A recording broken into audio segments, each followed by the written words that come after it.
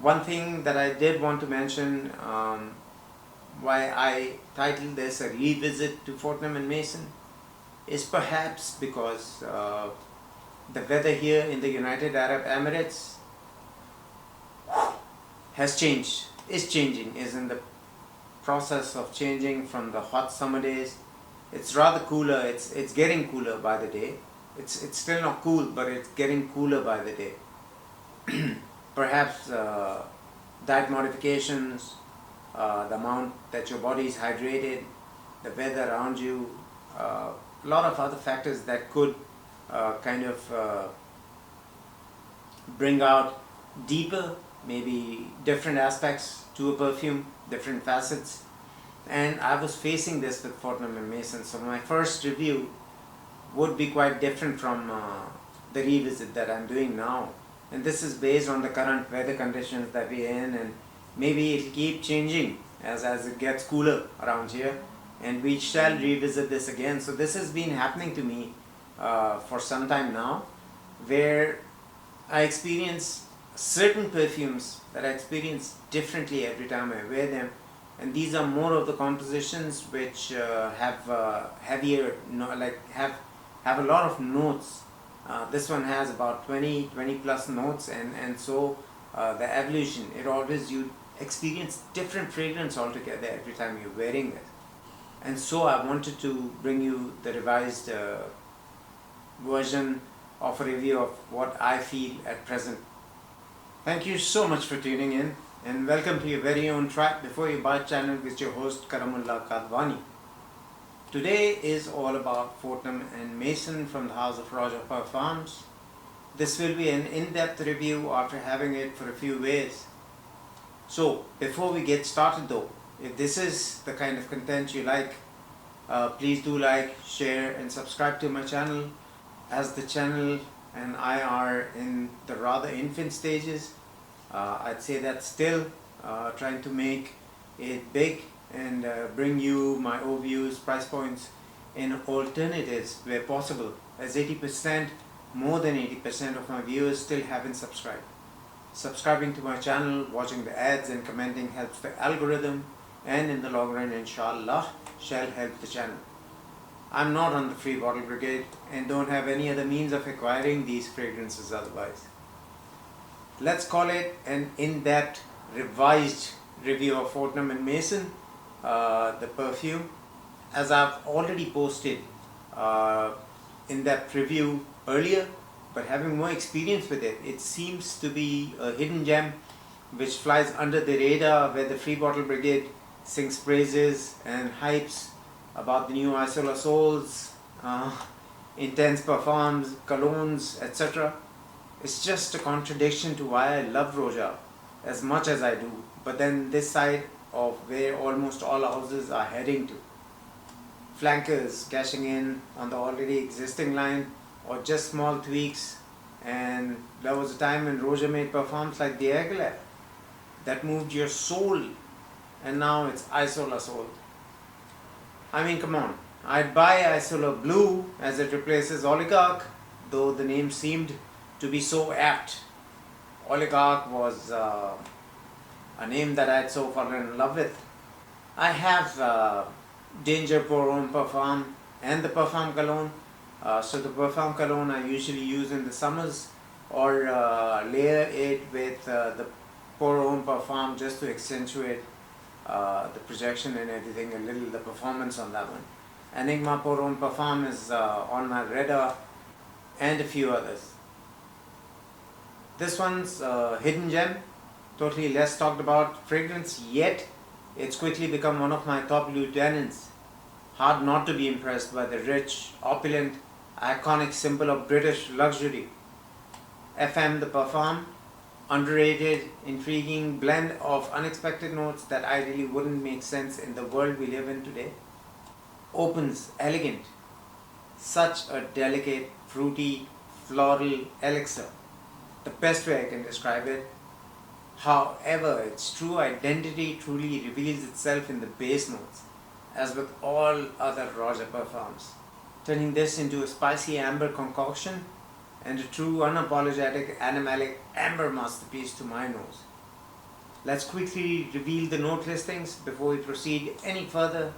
Top notes of cedrat and bergamot, heart notes of rose de mai, peach. You see the cistus, not labdanum, making an earlier appearance. Geranium, orange blossom, and jasmine de grasse. In the base you have amber, vanilla, saffron, labdanum, adding a layer to cistus in the heart, one of my most favorite notes in perfumery also. Castoreum, bringing in the animalic nuances. Amaryllis, birch, benzoin, olibanum, also known as frankincense, oak moss, musk, sandalwood, patchouli, coriander, and vetiver. The luminous presentation embodies the very essence of this composition. It exudes the opulence of the bygone era, seamlessly blending in with an allure of modernity of the amber accents. In essence, it is a fusion of a floral chypre laid on a bed of animalic amber, capturing a timeless and contemporary charm. Spray away. The fragrance unfolds with a grand allure, a symphony of vibrance, an air of sweetness and floral nuances with the rose and jasmine, bright fruity nuances added by citruses and peach, the animalics just right. The sweetness done to perfection as Roja always delivers, not taking this composition to a gourmand territory, just touching on the sweetness but not going all the way gourmand, if that makes sense. It's ever so finely blended with exotic spices, giving it that Middle Eastern Oriental twist. Saffron and oud, as Roja would have it, it does have a faint smoky facet, but not ashy-like. It's smooth as silk, coming from perhaps the olibanum, vetiver and birch. Though no oud mentioned, I'm guessing it's the signature Roja oud, adding a layer of depth and anchoring the fragrance, acting more like a backbone, letting the other facets shine and take the limelight. Not sure, but a guess. Castoreum with big dose of labdanum, kind of bringing in the leathery facets with the slight animalic undertones. Kind of edging me to thinking there may be cypriol, nagarmotha, another star note used in many of Roja's signature fragrances. This is definitely not entry-level niche. It's way ahead, classes over that, in which I view this as a composition geared towards the true fragrance connoisseur who embrace their unique style and wear it with an air of self-assurance. Those who truly appreciate the finer things in life. Its resinous, velvet-like facets overpower the other notes in the initial wear, say about 30 minutes into the fragrance. Its resinous, velvety facets overpower the other notes in the initial wear, say about 30 minutes into the fragrance. So to summarize the experience, it opens floral with jasmine and rose, fruity with the succulent peach, citruses like the bergamot and cedrat. But as mentioned with many other compositions, the brightness with the citruses is rather quickly taken over, with an aura of darker facets coming from the smokier, leathery, animalic-like facets of this composition. Dare I say, you'd better be able to understand this if you can manage and put together Kuwait, Qatar and Sweetie Oud. Didn't really think I wanted to bring this up, but let me explain this further. May sound weird, but I've said this before, in which it smells familiar, like two of Roja's other fragrances brought together, like this kind of a hybrid, if that makes sense. So Mr. Roja may have created this one and kept it aside, as he didn't know which collection he wanted to put this in, and FM the store requesting him to create a parfum to celebrate the store at a rather apt time, where he popped this one up and it clicked. So he creates this blueprint as mentioned before, and with his mixing skills acquired over the numerous decades and his mastery of his art, just by tweaking the composition creates an entirely new fragrance that becomes a must-want in every fragrance connoisseur's collection. It's pure magic, and a magician at his best with this composition, to say the least. The delicate, fruity, floral combination laid upon a bed of labdanum, The finest oud money can buy. Spicy, leathery facets accentuated with saffron. Ever so slight, sweet vanilla done to perfection. Resinous, velvety-like composition.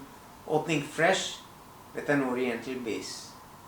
In summary, a floral amber chypre construction including a timeless yet contemporary allure.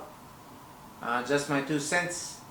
Do let me know your thoughts. Also let me know if you already have this underrated gem of a composition in your arsenal, or if you're interested in at least giving it a try after watching this review. Do share your experience and don't forget to comment. Feel free to ask me any questions and I'll try to answer them to the best of my capability. Until the next time, your host Karamullah Kadwani, signing out.